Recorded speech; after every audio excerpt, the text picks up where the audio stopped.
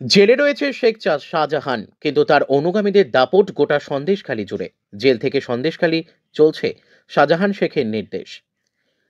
আবারও আতঙ্কে দিন কাটাচ্ছে সন্দেশখালীর সরবেরিয়া এলাকার মণ্ডল পরিবার। তাদের অভিযোগ, এবার শেখ শাহজাহানের অনুগামী মুসলিম শেখ তাদেরকে হুমকি দিচ্ছে এবং মুসলিম শেখ ও তার অনুগামীরা আগ্নেয়াস্ত্র নিয়ে ঘুরে বেড়াচ্ছে, পাশাপাশি আগুন জ্বালিয়ে দেওয়ার হুমকি দিচ্ছে। আর এর ফলে রীতিমতো নিরাপত্তাহীনতায় ভুগছে সরবেরিয়া মণ্ডল পরিবার।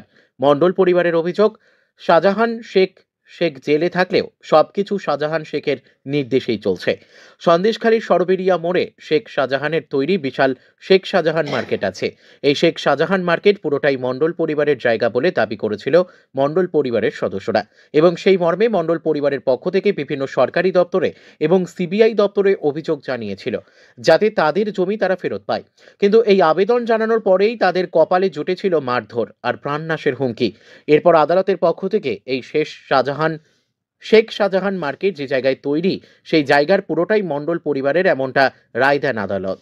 কিন্তু আদালতের আইনও মানছেন না শাহজাহানের অনুগামীরা।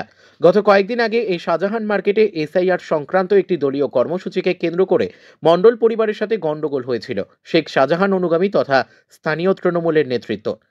এবার শেখ শাহজাহানের অনুগামী মুসলিম শেখ তার অনুগামীরা, যদিও যার বিরুদ্ধে অভিযোগ সেই মুসলিম শেখ বলেন, নির্মল মণ্ডল পুরো মিথ্যা অভিযোগ করছে, আমার সাথে শেখ শাহজাহানের কোনো রকম যোগাযোগ নেই, ইচ্ছাকৃত আমার নামে বদনাম করছে।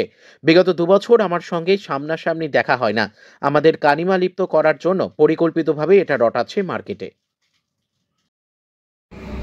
দেখুন, এর আগে ইউপি বিহারে জঙ্গল রাজ্যে দেখা যেত যে বড় বড় অপরাধীরা তারা জেলের মধ্যে বসে তার অপরাধ চক্র চালায়। ঠিক এই ক্ষেত্রেও এখন পশ্চিমবঙ্গের জেলগুলো অপরাধীদের অফিস হয়ে উঠেছে।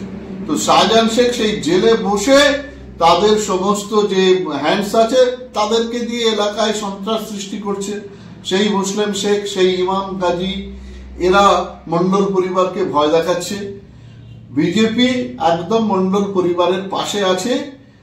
যতই ভয় দেখাক না কেন, মণ্ডল পরিবার আর ওখানকার বিজেপি কর্মীদের দমাতে পারবে না। মানুষ, সাধারণ মানুষ কেস করেছে, তার বিচার হবে। সেই বিচারে যার জমি তাকে ফেরত দিতে হবে।